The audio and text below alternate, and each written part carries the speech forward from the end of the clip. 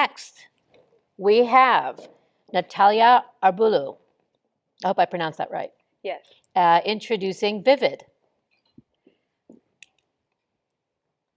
Hello, everyone. I am Natalia, the founder of Vivid, and today I'm going to show you my vision for this project.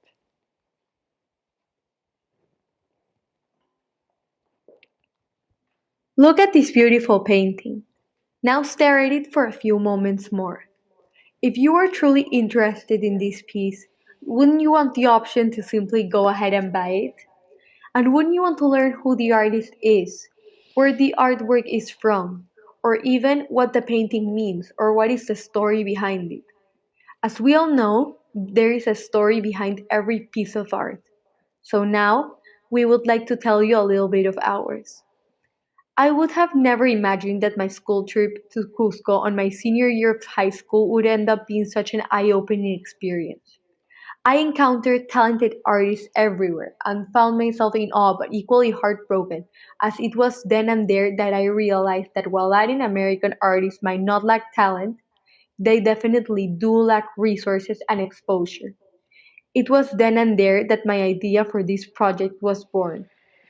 So let me introduce you to Vivid, an online platform and foundation where art enthusiasts are able to find the most rare and exotic artworks from Latin American talent all in one place. They are given the chance to purchase their favorite pieces with one simple click, and are also given the opportunity to learn about the culture, meaning, and process behind each piece. Now, you get the chance to help Latino artists keep their legacy alive by living an enriching experience. We invite you to truly immerse yourself in a world of vibrant colors and rich culture. We promise you'll experience art like you never have before. So, just like you saw in the video, it was my trip to Cusco that inspired the idea behind Vivid, but it is actually the fact that I relate to this artist that gave me the motivation to pursue this idea and take it to the next level. So what is the problem we're trying to solve here? I found out that a lot of art collectors have a very hard time finding and purchasing rare and exotic art pieces. They also don't get the chance to learn the story behind the art they're purchasing. As for Latin American artists, it is needless to say that now in the COVID pandemic, they're struggling more than ever to gain exposure and actually sell their art. So I wanted to create a platform that can give them a voice.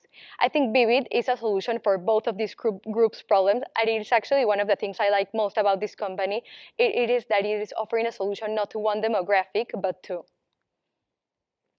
So the unique value proposition for our company is the following. Vivid, our online platform and foundation, helps Latin American artists gain exposure by offering you an enriching and cultural experience. Our company is for profit and it follows a B2C business model. For now, it is completely online, but we do have plans to expand to in-person in the future.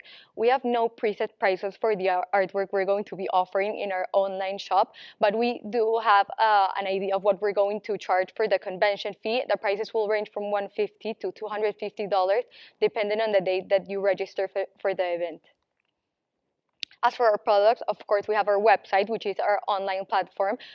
It's more than an online shop. It will have a lot of features like an artist spotlight page, a contact page, where clients who are interested in contacting these artists for like business purposes can reach out. And we will also offer information about the conventions and when we will offer them. As for online conventions, they will be an educational experience where artists will be able to talk about their culture, the meaning behind their art, and even demonstrate some of their artistic process. And the audience will get the chance to interact with these artists when it's time for the Q&A. Of course, we have an expansion plan for the future. As I mentioned, we would like to transition to in-person, where we would like to hold pop-up exhibits and collaborate with museums so we can display some of the art that we're going to be selling in our online shop. And we would also like to do merch. This would be more than a marketing technique, as we would actually like to honor the artists and their culture with this clothing and continue to tell their stories. As for our channels, we came up with these strategies so our target audience can notice Vivid. The first one being we want to invest in an ad in Artforum magazine. Artforum magazine is a very well-known and prestigious magazine that still has a lot of relevance to this day, and we know that our target audience is very well accustomed with it, so we feel like it would be worth to invest in an ad in this magazine. Then we would also like to invest in search engine optimization, so our website will be more highly ranked and viewed by a wider audience. We also believe in the power of having a social media presence, so we would like to create an Instagram so we can interact with users and build brand loyalty. And finally, we would also like to collaborate with art influencers and curators like Alexei Glass, because we know that our target audience values their opinions and advice. As for our timeline, I included some of the company's most important moments and color-coded the different stages. The first stage is more about like the moment of inspiration and the development stage. This would be followed by the recruitment process where we would find the artists. Then stage 3 is all about the website and its development. The day we launch the website, that would be our soft launch. And stage 4 is all about the convention and it like setting it up. And when we launch the convention, that would be our official launch. And stage 5 is all about the expansion plan that I talked about before. As for our budget, we would be asking for a total startup cost of I updated it, but it was supposed to be $127,000. The majority of it would be going towards our website development, as we feel like that's our main platform and the things that's holding the company together. Then the rest would be going towards our virtual conference platform, because we want all our guests to be able to join and for things to run smoothly. And the rest, of course, would be going towards marketing purposes. I did a chart so we could see, so everyone can see like where the money would go to. And I think that these may seem like a lot, but when you're making change, you cannot require a small fee. Thank you.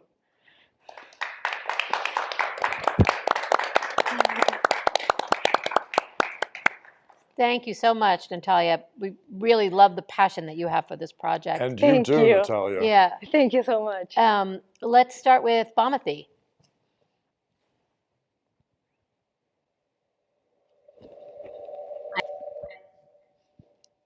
Somebody's muting me, Paul.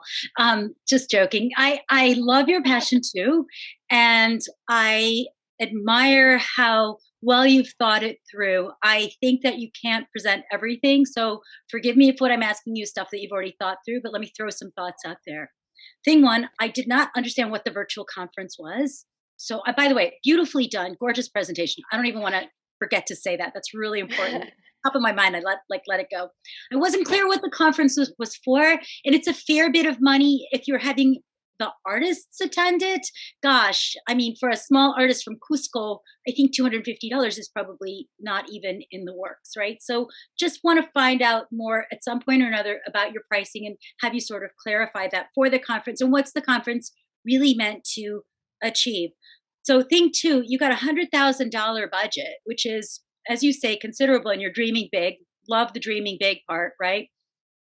I would love, if I were a VC or a private equity person, I'd need to know where the recouping is, right? So I don't know what's your cut that you're going to take. And having been to Cusco, I can say there's a big range of artists, some of whom, you can buy a pot for $5 or you can buy a beautiful painting for $100. But nonetheless, I don't know where you find artwork that's $5,000 or the equivalent of a major work that you'd see in a gallery or museum. There must be places, but those people usually tend to get representation.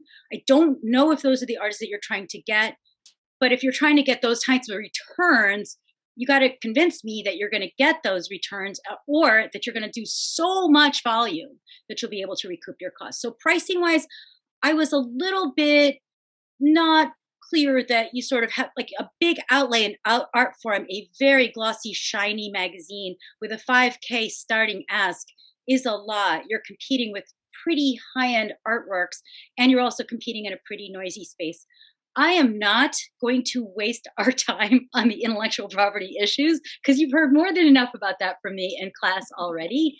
But I will say this is easily rip-offable stuff. sadly.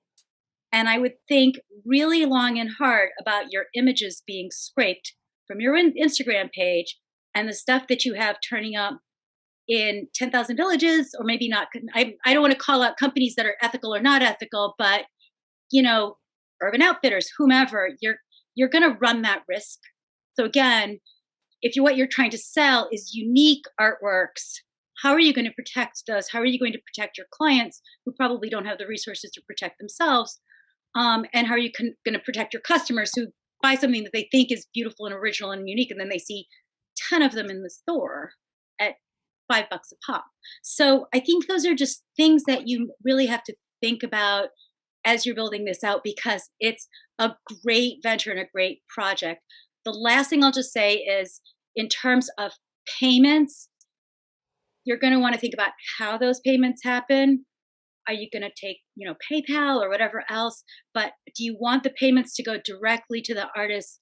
At some point or another, some of your artists might ask for accountings, and they might not be happy with the cut that you're taking or whatever else. So I would think that you would probably want to think through sort of payment schemes pretty clearly and have those really well mapped out. Here is where actually hiring a lawyer would be helpful for you.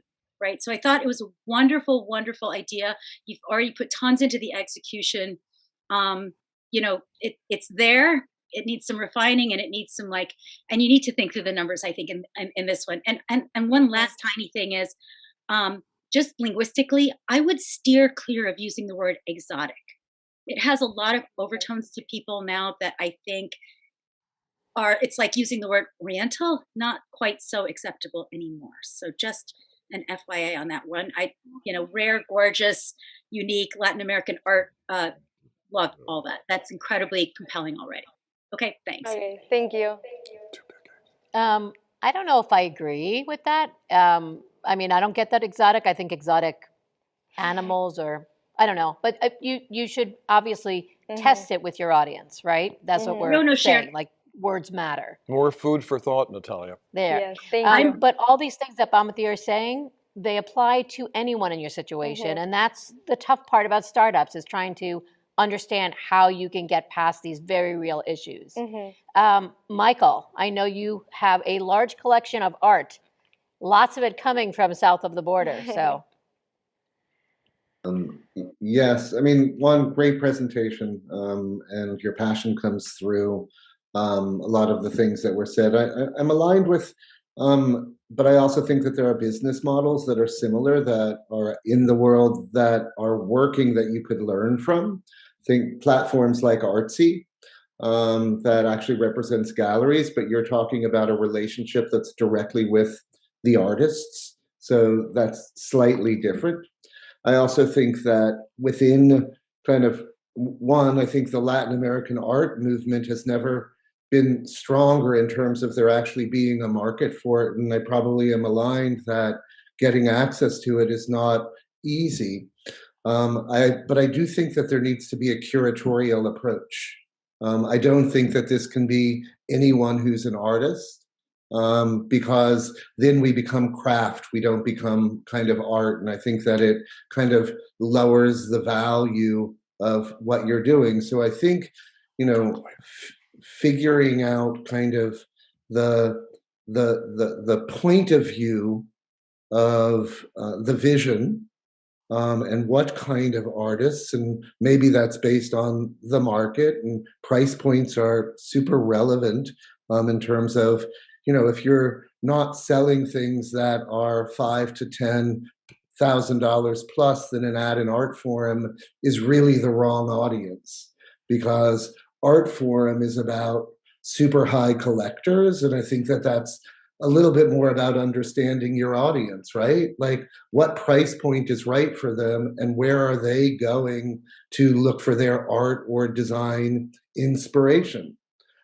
So within the idea, I think that there's a lot of value in connecting amazing talent to people who are interested in acquiring that for their homes. But in some ways, even understanding the interior design market and the markets where people are bringing stuff in, the home market, might be a more viable path for something at this price point. But I do think that there's value there. Just a lot of, even shipping. there's just so much complexity of once you make a sale, how does that sale get to the individual? And how do you insure it? And who owns that relationship? So the passion and the intent are the right intent, understanding the market and logistics. The logistics of making it happen are the two things that I encourage you to do. Okay, thank you. Thank you, Michael, and thank you, Natalia. And I'm Thank so you. excited to have you in the capstone too. Oh, When we wonderful. find out, yeah, it's Oh, really wonderful. exciting. Thank you so you. much. Thank you, Natalia. Thank you.